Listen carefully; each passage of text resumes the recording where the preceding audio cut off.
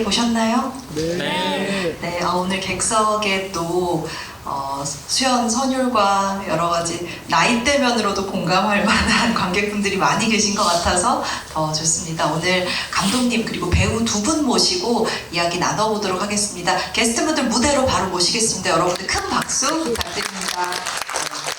최종용 감독님, 최인영 배우, 김보민 배우 무대로 모셨습니다. 자리에 앉아서 시작할까요?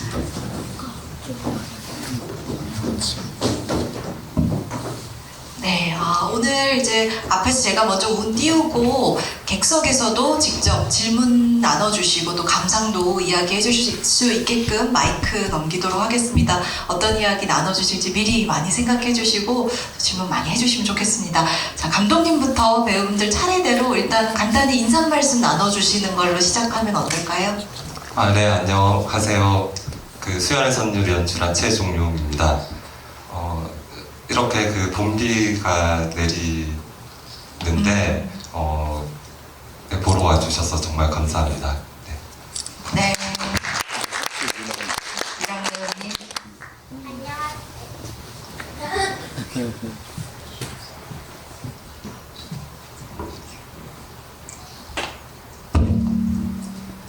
안녕하세요. 수연의 선율에서 이선율 역할을 맡은 최희랑입니다. 감사합니다.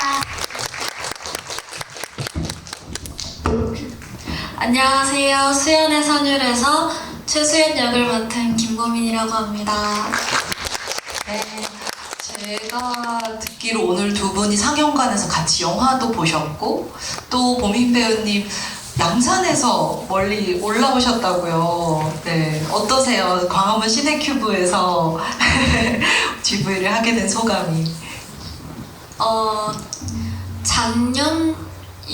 그때 이미 영화를 많이 봤었거든요.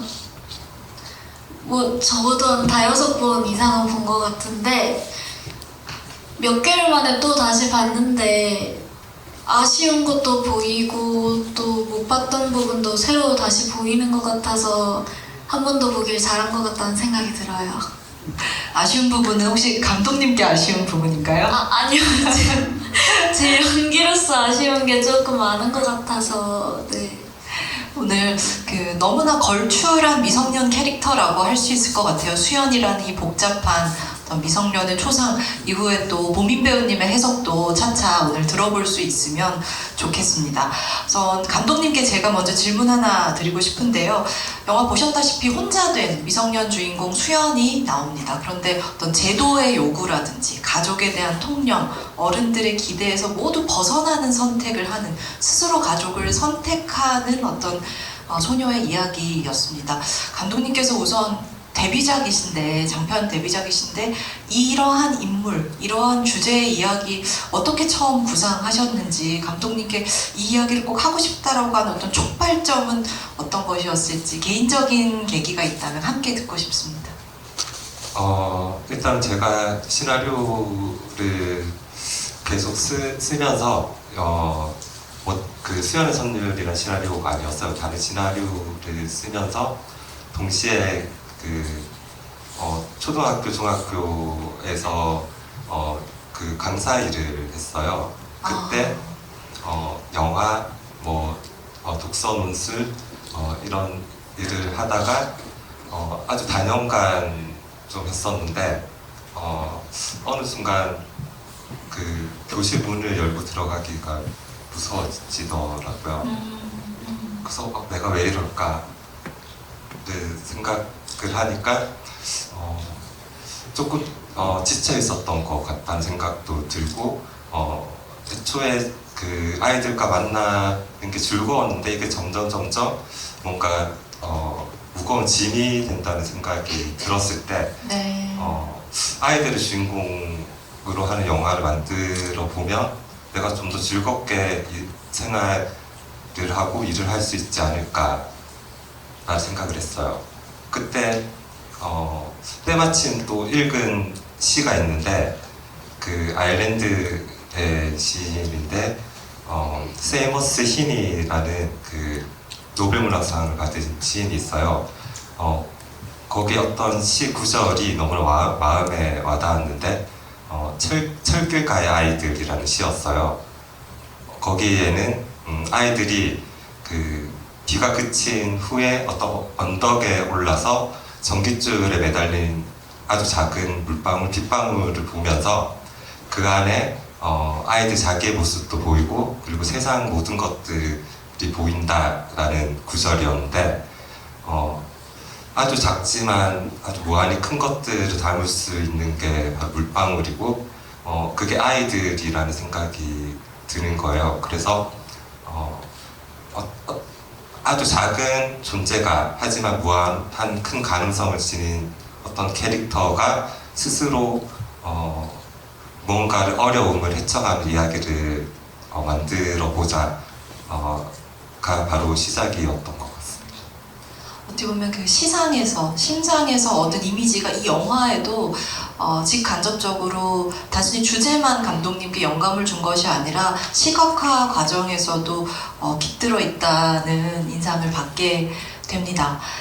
네, 감독님께서 사실은 이전에도 일종의 생업을 지속하시는 과정에서 청소년들, 어린이들과 이렇게 관계 맺음이 있으셨는데 그러다 보니 영화의 주인공들 캐스팅할 때 이미 이제 많은 청소년 어린이들과 좀 부대끼시면서 생활을 하셨기 때문에 더더욱 사실은 캐스팅에 있어서 이들을 잘 알고 있기 때문에 어떤 모습을 담아낼지 또 나에게 어떤 배우가 필요할지 기준도 높으셨을 것 같고 또 신인 배우들이다 보니 캐스팅도 쉽지 않으셨을 것 같은데 김보민 배우, 최희랑 배우 어떤 이유로 수연의 선율을 각각 수연, 선율 역으로 확신하게 되셨는지 캐스팅의 비하인드를 살짝 들려주신다면요. 수연의 선율 시나리오를 쓰면서도 계속 그 학교에서 강사 일을 했었거든요. 그러면서 조금씩 아이들과 아주 작은 영화들을 만들어 봤어요.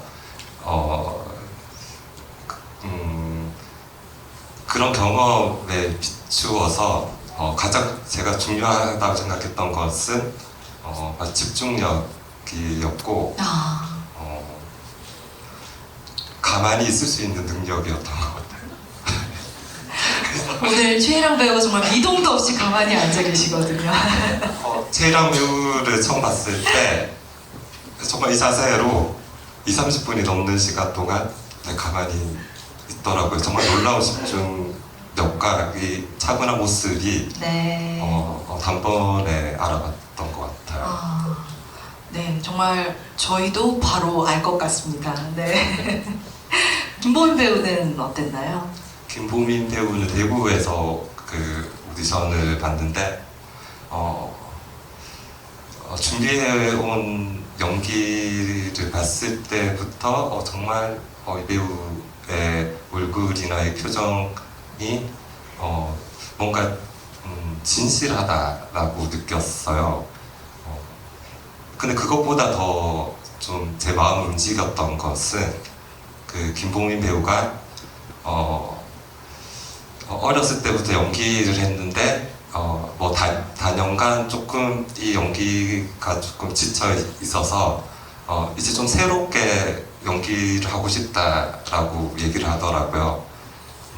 그게 어쩌면 이 시나리오의 주인공 처해 있는 다시 시작하고자 하는 그 마음과 좀 맞닿아 있다고 여겨서 그 영화에서 나오는 말처럼 그냥 한눈에 알아봤던 것 같아요.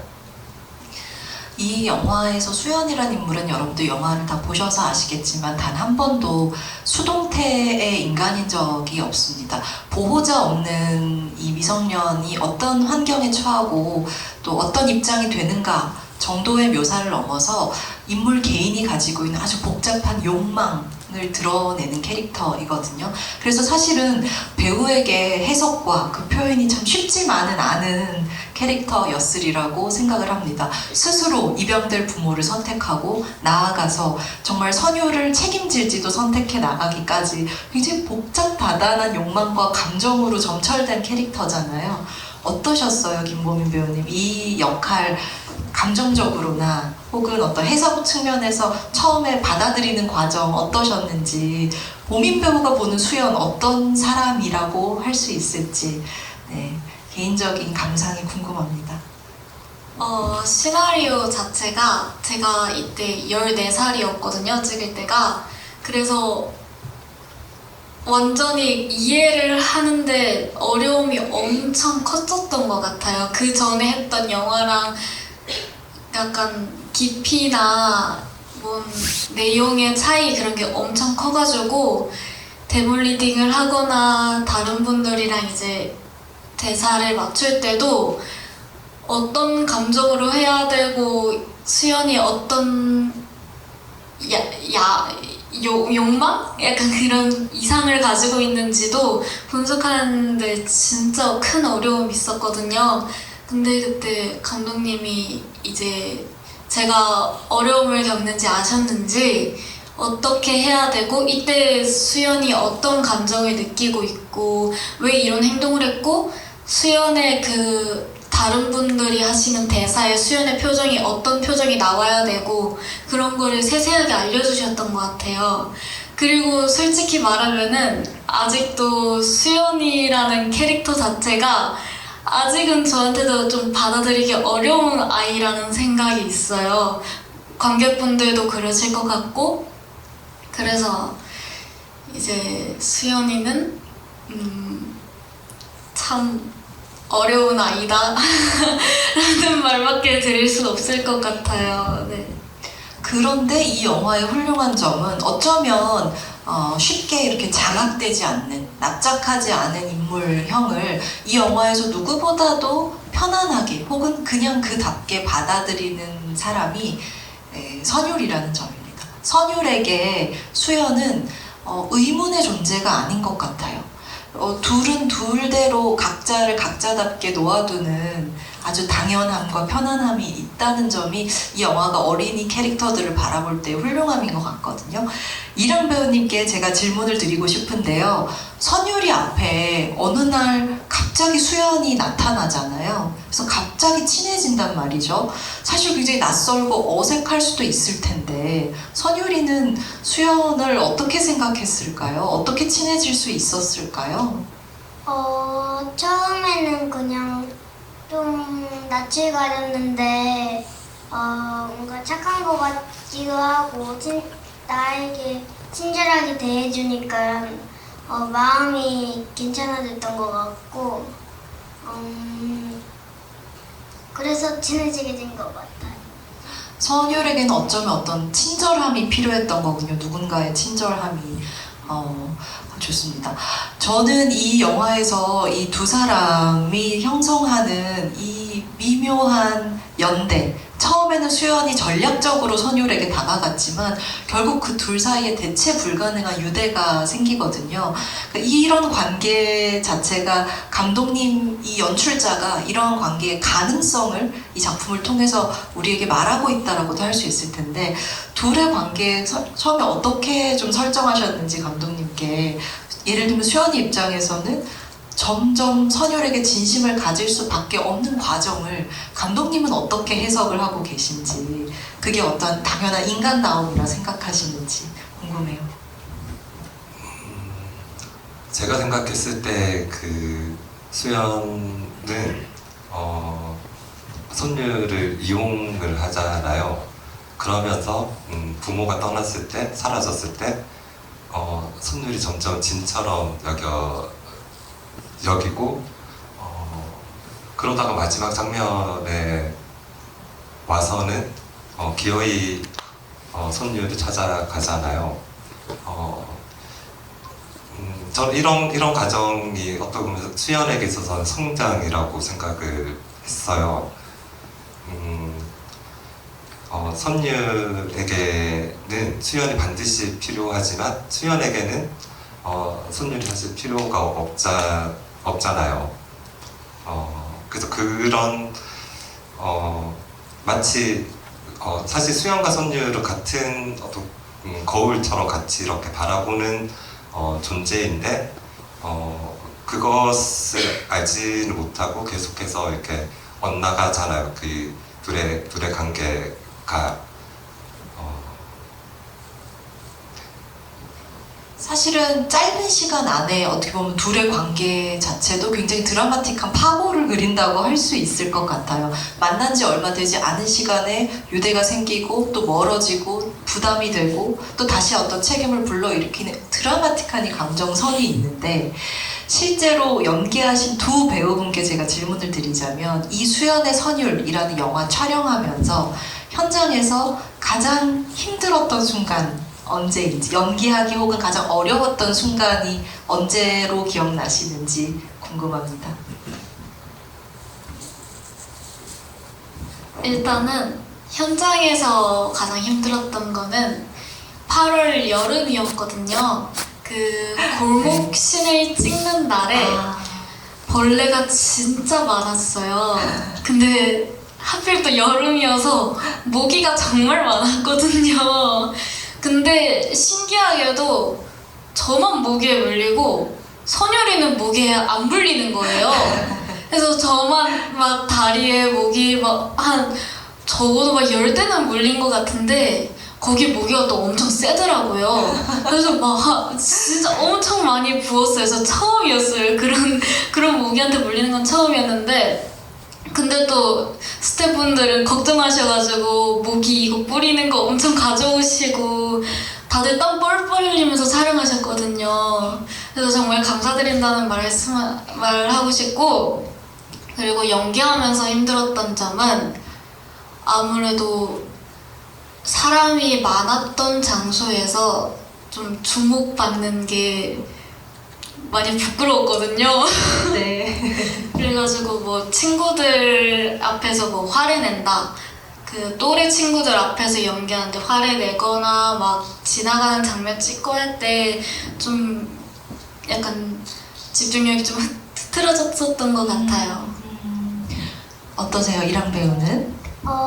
저는 수연이 언니가 있을 때 브이로그를 찍잖아요. 네. 근데 그 태호 아빠가 너무 웃기게 해가지고 계속 웃음을 참았던 거밖에 기억이 안 나요. 두 분 다 제 예상을 벗어나는 또 수연과 선율답게 의외의 어려운 지점들을 말씀해 주신 것 같습니다. 연관해서 감독님께도 좀 질문을 드려보고 싶은데요. 제가 앞서서도 언급을 했지만 수연이란 인물은 이 영화에서 더 적극적으로 표현을 좀 해보자면 어떤 식의 주도 면밀함을 가지고 있는 캐릭터입니다. 단순히 이제 욕망이 있다, 전략이 있다고 하는 것 이상으로, 물론 이제 어린이 캐릭터이기 때문에 그가 가진 한계도 있겠지만 굉장히 사랑받기 위해서 뭔가 계획을 세우고 스스로의 미래를 위해서 욕망을 거침없이 실행하는 그런 인물이란 점에서 사실은 그동안의 많은 영화들이 미성년 캐릭터를 그릴 때 어른의 관점에서 우리는 참 많이 대상화하고 있었구나. 그들의 어떤 순수성이라든지 그들이 가지고 있는 어떤 특정한 측면을 부각하는 방식으로 그동안 참 많이 묘사되어 왔구나. 오히려 이런 영화를 보면서 되돌아보게 되는 것 같습니다. 그래서 감독님께서 어떤 주제적인 측면과는 별개로 정말 캐릭터 각각의 레이어, 어린이다움 같은 것을 어떻게 표현할 것인가, 혹은 표현하지 않을 것인가, 이런 부분에 있어서 캐릭터 구축에 어떻게 접근하셨는지 질문 드리고 싶어요. 저도 이 영화를 준비하면서 아이들 나오는 영화들을 다는 못 봤겠지만 최대한 레퍼런스로 삼으려고 많이 찾아봤던 기억이 있어요. 그 영화나 그 드라마 속에 있는 아이들을 보면서 내가 아는 아이들, 그리고 내가 생각하는 아이들과 조금 다르다라고 여겼어요. 수연이라는 캐릭터는 한마디로 얘기하면 그 영악하죠.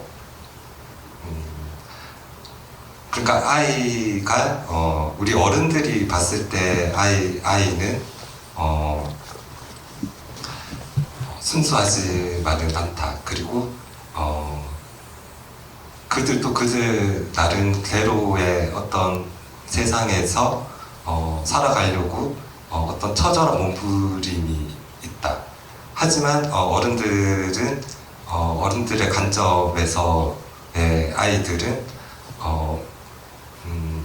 물론 보호해야 되는 존재지만 어떤 면에 있어서는 통제하고 어떤 가두는 면도 있을 것이다. 이런 시선으로부터 좀 탈피하고 싶었어요. 보민 배우님께 이어서 질문을 드리자면 연기하는 배우의 입장에서 그래도 더욱더 가까이 다가갈 수 있었던 어떤 감정, 이를테면 사랑받고 싶은 수연의 마음이라든지 혹은 그나마 정부친 입양 가정에서의 부모가 떠났을 때의 어떤 두려움이라든지 깊이 공감할 수 있었던 수연의 감정 어떤 부분이었다고 이야기해 주실 수 있을까요?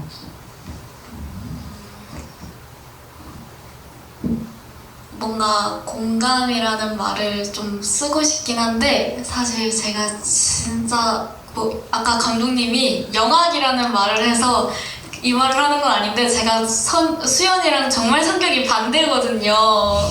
정말 이게 착하다고 하는 게 아니라 네. 정말 수연이랑 성격이 정말 반대여가지고 저는 학교에서도 막 관심 받는 거 좋아하고 막 그런 성격이거든요. 네. 그래가지고 근데 또 저는 잘 모르겠는데 그 전까지 연기를 할 때는 수연이처럼 되게 어둡고 좀 내면을 알 수 없고 약간 그런 캐릭터를 많이 했었거든요. 네. 그래가지고 아마 공감이라는 단어가 잘 되진 않는데 그래도 막 또래다 보니까 그렇게 거리감 느껴지진 않았다라고 일단은 얘기는 드리겠습니다. 네. 그렇죠. 이를테면 수연에게 이제 갈 곳이 필요한 것을 알고 접근해오는 어떤 남자 동급생의 위협처럼 사실은 이 또래 사회 안에서 벌어지는 아까 감독님 말씀하신 대로 이 나이대, 이 또래 사회 안에서의 치열한 살아남기 위한 처절한 몸부림, 어떤 폭력성, 폭력의 위계들 이런 것들도 다 어떤 다른 상황과 방식으로 하지만 우리 곁에서 늘 재현되고 있는 어떤 생활의 일부라는 생각도 영화를 보면서 들었습니다.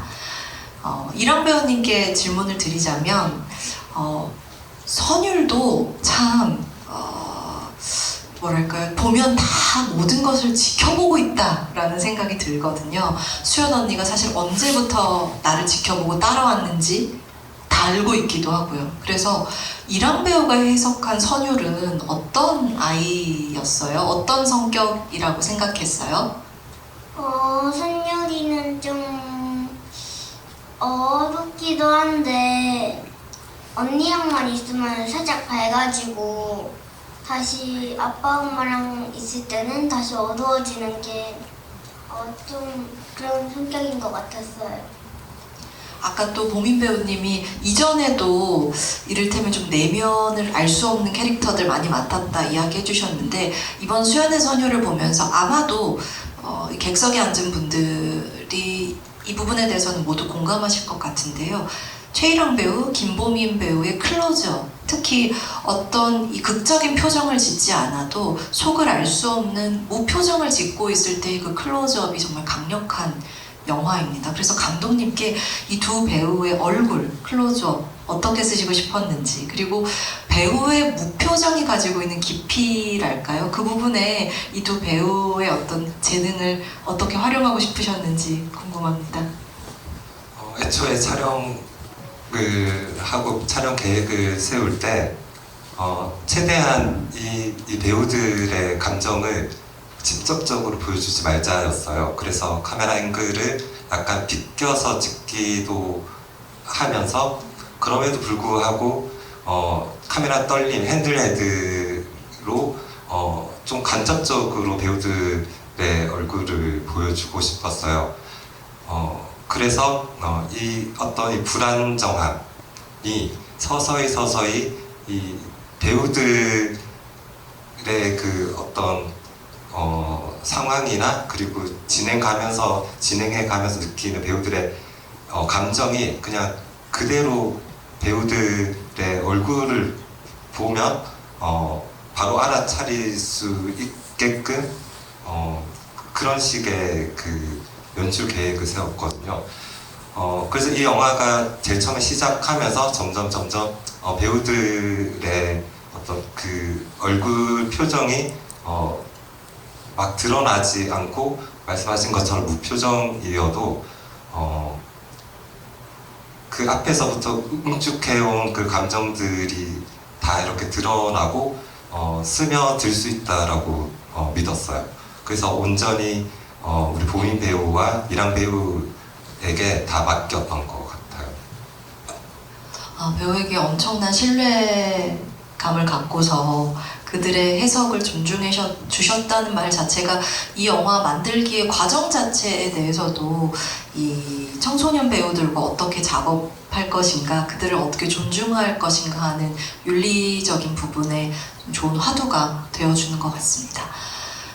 근데 이 영화가 대체로 이 청소년들의 어떤 고난기를 바라보고 있고, 영화가 아주 밝다라고 말하기는 어렵겠지만 저는 그렇다고 이 영화가 마냥 비장하고 슬픈가 하면 결코 그런 영화가 아니라는 점도 한번 짚어보고 싶어요. 특히 이 선율과 수연의 대화에 모종의 유머들도 많이 깃들어 있습니다. 뭐 이를테면 뭐 어떤 게 있었어요? 나는 6학년, 내년 중학생, 그랬더니 나는 7살, 내년 초등학생, 이런 식의 둘이서 라임을 주고받는 이런 대사들 굉장히 유머러스하기도 하고요. 두 분 실제로 연기하시면서 웃긴 순간들, 재밌는 순간도 많았을 것 같은데, 수연과 선율의 어떤 대화나 이 호흡 가운데 재밌었던 순간, 재밌었던 장면 있는지 공유해 주시면 어떨까요? 제가 동생이 없어요. 근데 저희 어머니 직업이 예전에 선생님, 어린이집 선생님이셨어가지고 가끔씩 만나러 가끔씩 갔었어요. 그 어린이집에 가가지고 이제 한 4, 5살? 한 그쯤 되면 어린 친구들을 만나면서 같이 놀고 막 했었는데, 제가 그때 느끼기에는 이랑이도 약간 그 친구들 같아 보였던 거예요. 그래서 어떻게 놀아줘야 되는지 잘 알아가지고 일부러 막 잘 맞춰주려고 노력한 적은 많았었어요. 그리고 아무래도 나이 차이가 조금 있다 보니까 네. 그래서 뭔가 드라마틱하게 막 그렇게 유머스러운 장면은 별로 없었던 것 같아요. 그래도 실제로 이제 촬영 현장에서나 그럴 때 뭔가 갈등 같은 거는 안 생겼었던 것 같아요. 이랑 배우는 보민 언니와의 촬영 경험 어땠나요? 호흡이 잘 맞았나요? 잘 맞기도 했고, 말한 것이랑 똑같이, 언니는 이제 중학생이라고, 저는 이제 초등학생이라고 하잖아요. 네. 근데 그게 대사를 치는 게 살짝 그냥 당당하게 말하는 것 같아가지고 네. 조금 재밌었어요. 이랑 배우님께도 재밌는 씬이었군요, 그 장면이. 네. 저도 그 순간의 어떤 선율, 굉장히 뭔가 이 약간 래퍼다운 신스틸러적인 매력이 있는 순간이라고 생각을 했었더랬습니다. 네.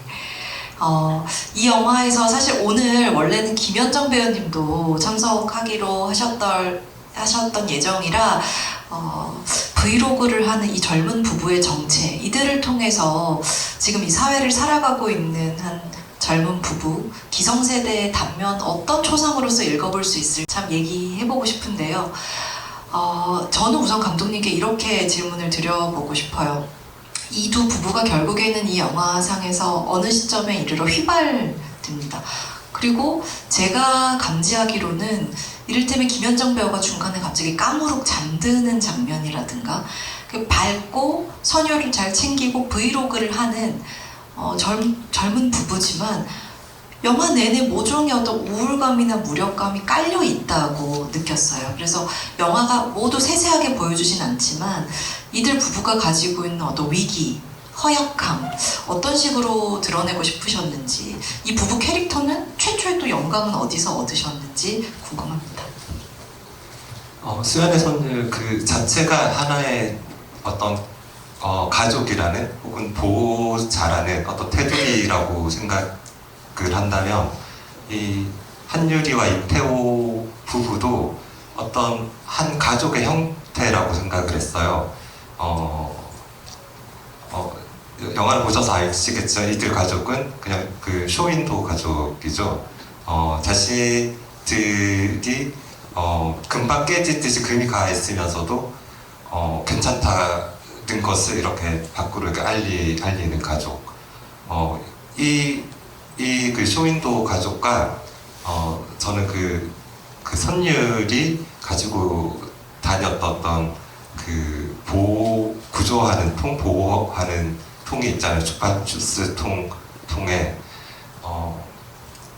다르지 않다라고 생각을 했어요. 그래서 김현정 배우와 그리고 그 진대현 배우와 같이 캐릭터를 얘기할 때 이 아이들을 바라보는 것만 바라보고 이 아이들과 같이 지내는 순간만큼은 진짜라고 그렇게 얘기를 해서 진심이라고 이 아이들을 하는.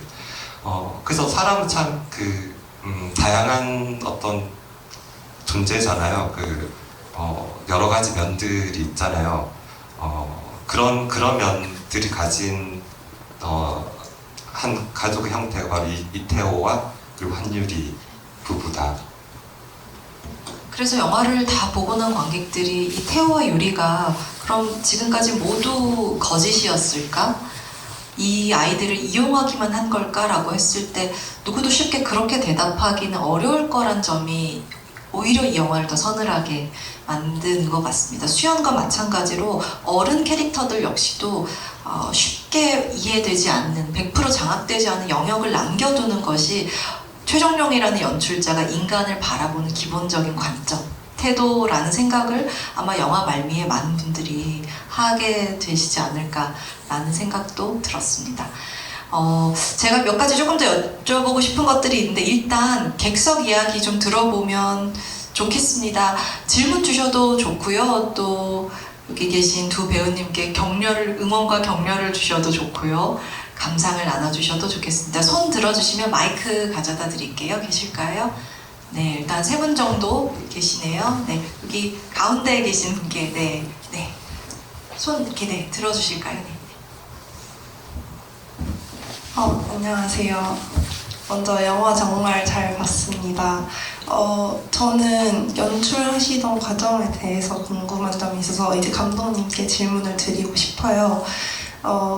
앞서 말했다시피 이제 두 인물 모두 굉장히 입체적이고 또 어떤 완전히 이해되지 않는 영역에 남겨져 있는 매력적인 인물들인 것 같은데요. 이 인물을 처음 이제 각본을 쓰시고 구상을 하시면서 처음 생각하신 그 인물의 어떤 캐릭터와 마지막에 이제 영화에서 보여지는 캐릭터 사이의 그 과정에서 바뀐 점이라던가 혹은 그걸 이제 진행하시면서 좀 그런 바뀐 점들이 있는지, 어떤 식으로 이제 수정을 하셨다면, 보완을 하셨다면 되었는지 그게 궁금합니다. 네, 감사합니다. 사실 시나리오를 쓸 때 가장 힘든 게 캐릭터라고 생각을 해요. 어떤 인물상이 있어야지 캐릭터를 만드는데, 사실 수연이라는 그 캐릭터를 만들 때, 제가 확고한 어떤 이런 건 있었어요. 이 캐릭터는, 쉽게 드러나면 안 된다. 그리고 어떤 피상적인 것을 좀 이렇게 탈피를 하자. 그리고 그 연출자인 제가, 작가인 제가 이 캐릭터를 옹호하지도 말고 그렇다고 비난하지도 말자였어요. 최대한 어떤 거리를 두려고 특히 수연이라는 캐릭터를 생각을 했고 그러다 보니까 이렇게 캐릭터를 구축해야지가 아니라 그냥 이 캐릭터가 그냥 써졌던 것 같아요. 그래서 중간에 어떤 캐릭터의 성격이 변한다던가 어떤 사건에서 이 캐릭터가 뭔가 이렇게 도드라져 보이는 것은 없었어요. 네, 바로 옆에 계신 분께 마이크 또 전달 드릴게요. 네, 우선 영화 너무 잘 봤습니다. 배우분들 연기도 그렇고 그리고 감독님이 연출하신 어떤 스토리의 구조나 짜임새가 정말 좋아가지고 너무 몰입감 있게 봤던 것 같습니다. 제가 질문드리고 싶은 거는 선율이가 표면성 언어 장애라는 거를 가지고 있다고 했는데 그게 어떤 선율이가 가지고 있는 실제 병인 건지 아니면은 어떤 선율이를 입양한 부모에게 자신을 약간 보호하려고 거짓말을 하는 것인지 아니면 그것이 혹시나 실제로 있는데 수연에게만 마음을 여는 것인지 약간 그런 부분이 궁금했고 그래서 이런 표면성 언어 장애를 선율이 캐릭터에 넣은 의도나 이유가 좀 궁금합니다. 네, 감사합니다. 선율이한테 한번 제가 물어볼게요. 그 연기를 할 때 그 언어 장애가 있었잖아요. 네, 표면성 언어 장애가 있었는데 왜 선율이는 그런 연기를 했다고 생각해요? 자신의 몸을 지키기 위해. 왜냐하면 부모들이 살짝 여기 뉴스 보면 아동학대라고 하잖아요. 네. 근데 그걸 알고 있는데 자신의 몸을 지키려고 그런 것 같아요. 그럼 왜 수연한테는 왜 그 말도 잘하고 그랬나요? 아니, 선율이 수연한테는 부모님 앞에서는 말도 안 하고 근데 수연한테는 마치 장애가 없는 것처럼 행동했잖아요. 네, 그건 왜 그랬어요? 부모들한테는 살짝 마음이 아직 안 열려 있고 언니는 마음이 열려 있어서 그러지 않았어. 그럴 것 같아요. 언니는 안전하게 느낀 것일 수도 있겠네요, 선율이가. 네.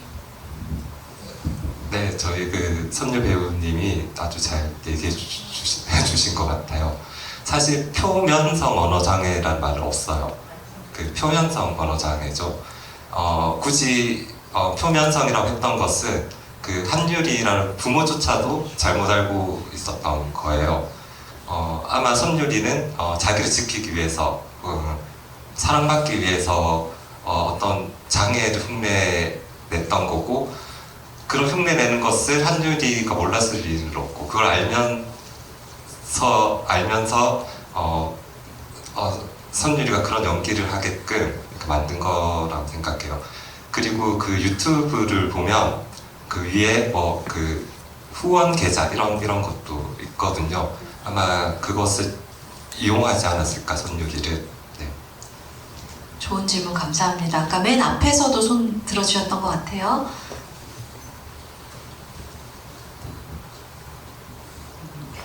저는 서울 독립영화제 때 영화를 처음 보고 두 분이랑 주현정 배우님이랑 전재현 배우님 다 뵀었는데 그때 김봉민 배우만 시험기 아니라고 못 오셔가지고 못 뵈서 오늘 오신다고 해서 꼭 봐야 되겠다 해서 또 왔는데 그 영화를 처음 보고 제목이 뭐 좀 심상치 않다는 그런 생각이 들어가지고 그냥 단순하게 그 캐릭터 이름일까 해가지고 좀 찾아봤는데 그 선율은 우리가 음악에서 말하는 그런 선율 그를 뜻하는 것 같은데 수연은 도대체 무슨 의미인가 그래가지고 사전 검색해봤더니 작은 물방울이 퍼져서 생긴 자욱한 물안개는 뜻이 있다고 이렇게 나와 있더라고. 그래가지고 되게 시적이라는 그런 중의적인 표현을 신 같은데 어떻게 제목을 이렇게 떠올리신 건지 되게 궁금했었고요. 그 두 배우님은 처음 이 연기 같이 하시는 것 같은데 처음에 만났을 때 첫인상이 어떠셨는지 그것도 친하게 지내기 위해서 어떤 좀 외적으로 좀 노력하신 그런 부분이 있으니. 일단 감독님 네, 제가 답부터 먼저. 먼저 들려주실까요? 네, 2번 봐주셔서 정말 감사드려요. 수연의 선율 이전의 제목이 워터드롭이었어요. 그 물방울이라는 뜻인데, 물방울을 제가 말씀드렸다시피 아주 무한히 작지만 무한히 큰 가능성을 지닌 그런 존재 바로 아이들이라 생각을 했고, 한국 제목을 많이 고민했어요. 말씀하신 것처럼 그 수연이 그 물안개라는 뜻도 있지만 보호한다, 지킨다 라고 생각을 했었고, 선율이라는 이름은 약간 중의적인 의미였으면 좋겠다고 생각을 했어요. 그래서 수연의 선율이라고 했을 때 선율은 하나의 존재이지만 선율 그 자체가 음악이면 어떨까. 그게 수연이라는 캐릭터에 있어서의 음악이었으면 좋겠다라고 생각을 했습니다. 네, 보민 배우와 이랑 배우님 서로의 첫인상 어떠셨어요? 아까 감독님이 유랑이가 되게 가만히 있었다고 했잖아요. 저도 딱 그거를 제일 첫 번째로 느꼈어요. 제가 낯을 좀 가리는 성격인데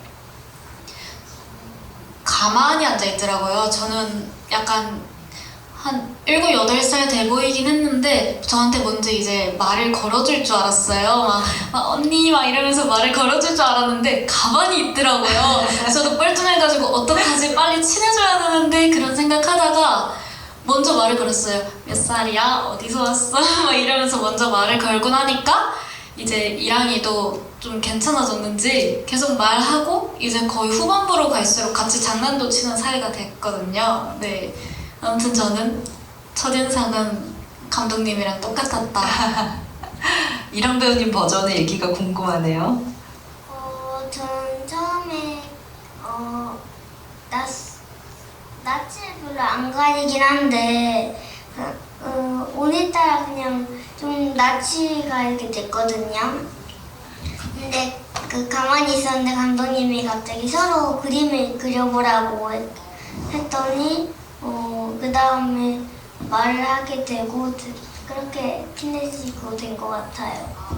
두 배우가 서로 그림을 좀 그리는 방식으로 친밀함을 쌓아가도록 이렇게 가이드를 좀 해주셨던 것 같네요. 네, 그 첫 만남 때 그 커다란 물방울 안에 있는 자기 자신의 모습을 그려보라고 했어요. 그랬더니 수연이가 이렇게 물방울이 있으면 수연이는 그 가장자리에 이렇게 그리고 선율도 가장자리에 이렇게 그리는 거예요. 근데 이게 좀 진행이 되면서 점점 둘 사이가 가까이 붙어지면서 저기 그 영화에 나왔던 그 그림, 네. 수연 언니 그 둘 직접 그린 그림이거든요. 네, 그 그림이 됐어요. 너무 뭉클한 이야기입니다. 네. 혹시 객석에서 질문 더 주실 분 계실까요? 네. 일단 뒤로 먼저 한번 갔다 오겠습니다. 네. 네, 안녕하세요. 그 특정 장면 하나의 해석이 좀 궁금해서 여쭤보고 싶은데요. 그 젊은 부부의 집에 찾아가서 그 처음 촬영하려고 이렇게 해놓고 그 부부가 수연이한테 이제 부모님은 어떤 분인지 물어봤을 때 앞서서 거짓말을 했다고 하면서 이제 자기 사정을 이야기하는 장면이 있잖아요. 그 장면이 제가 잘 해석이 잘 안 되는데 감독님이 의도하신 것과 배우님이 의도하신 게 같은지 다른지도 궁금하기도 하고, 그 아까 말씀하셨을 때 그 수연이 캐릭터의 어떤 영악함에 대해서 잠깐 표현하셨었는데 그때만은 진심이었던 건지 아니면 그것조차도 영악함이었던 건지가 사실 저는 좀 약간 궁금했거든요. 배우분께서도 연기하실 때 진심이라고 생각하고 하신 건지 영악함이라고 생각하고 하신 건지도 좀 궁금했습니다. 저도 개인적으로 좋아하는 장면들 중 하나인데요. 그 상황을 보면 유튜브 촬영을 하고 있잖아요. 촬영 속에서 어떻게 보면 이제 쇼윈도 가족의 생활이 당기고 있죠. 근데 거기에서 수연이 자기의 진심을 얘기한다는 것 자체가 저는 너무 재밌다고 생각을 했어요. 그게 뭐랄까 수연에게만큼은 그 자리에서 자기가 혼자라는 것을 알려야 했어요. 그거는 진심이 맞아요. 근데 그 자기 진심을 알리려고 한 그 자리가 바로 어떤 그 유튜브를 통한 어떤 세계라는 게 참 솔직히 납득할 수 없지만 아이러니했던 것 같아요. 그렇네요. 허위 안에 또 진실이 들어갈 수 있는 그런 양태들 속에 우리가 살아가고 있는 것 같습니다. 보민 배우님께도 살짝 질문 주셨는데 저희가 시간 관계상 혹시 다른 분 질문 듣는 걸로 이동을 해도 괜찮을까요? 네, 앞쪽으로 마이크 부탁드리겠습니다. 마지막 질문 받고 마무리해야 할 것 같습니다.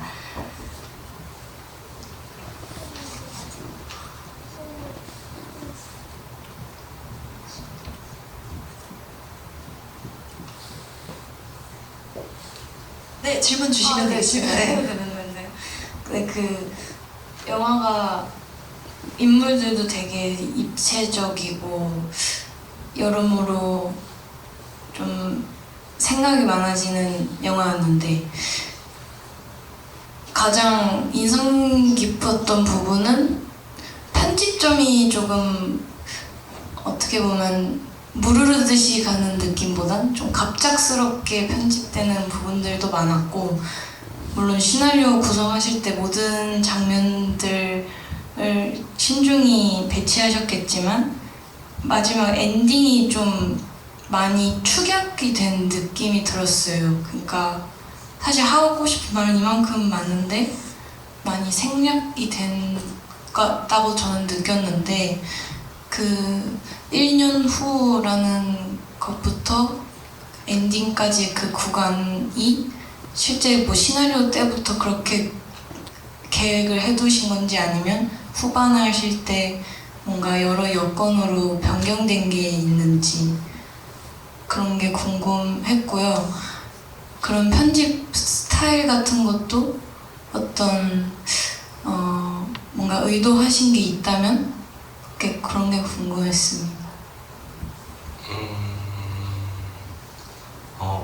시나리오 그 자체만 말씀을 드리자면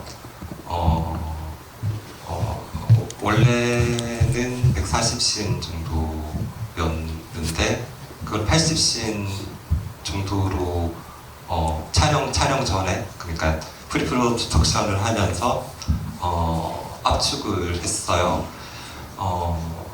왜냐하면 우리들이 봤을 때는, 그러니까 어른들이 봤을 때는 이 아이가 겪는 어떤 지점의 어떤 감정이나 이런 것들이 예상은 되잖아요. 그러니까 이 인물이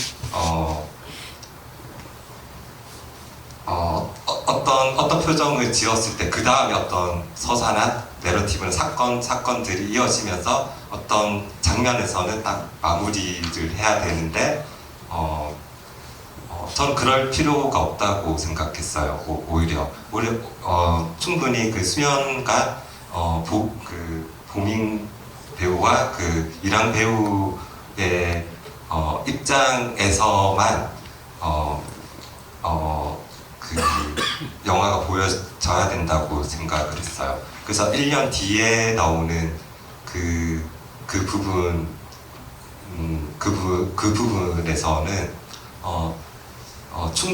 충분히 이들이 느꼈을 만한 감정들을 다 보여줬다고 생각했어요.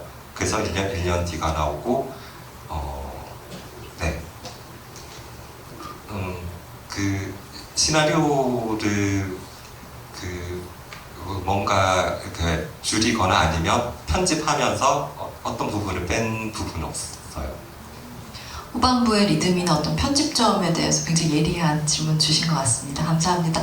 이 눈밝은 이랑 배우가 제가 못 본 저기 끝에 또 손 들어주신 분이 있다고 말씀 주셨는데 계세요? 어떻게 저희가 혹시 최종용 감독님 괜찮으시면 끝나고 1대1 퀘스천 가능할까요? 네. 네. 바로 다음 상영이 오늘 붙어 있는 스케줄이어서 아쉽지만 마무리를 해야 할 것 같은데 이랑 배우님 발견해 주셔서 너무 감사하고 꼭 질문 청취하고 오늘 따로 마무리하는 걸로 하겠습니다. 네, 여러분 끝까지 함께 해주셔서 정말 너무 감사드리고요. 마지막으로 감독님, 두 배우님 오늘 관객분들과 함께 하신 소감과 끝인사 간단히 듣고 정리하겠습니다. 감독님부터 네. 드릴게요. 저는 늘 여러분들이 계신 곳에서 그 영화를 보던 관객이었는데 막상 이렇게 또 제 영화에 대해서 질의를 하니까 너무 얼떨떨하고 너무 떨렸네요. 앞으로도 수연의 선율 많이 좀 홍보해 주시고 사랑해 주셨으면 좋겠습니다. 감사합니다. 감사합니다. 이랑 배우님. 비도 오고 먼데 저희 영화 보러 와주셔서 감사합니다. 감사합니다. 고민 배우님. 시간 내서 저희 영화 이렇게 보러 와주셔서 정말 감사드리고요. 수연의 선율 앞으로 계속 기억해 주셨으면 좋겠습니다. 감사합니다. 네, 이렇게 마무리하겠습니다. 끝까지 함께 해주셔서 정말 감사합니다.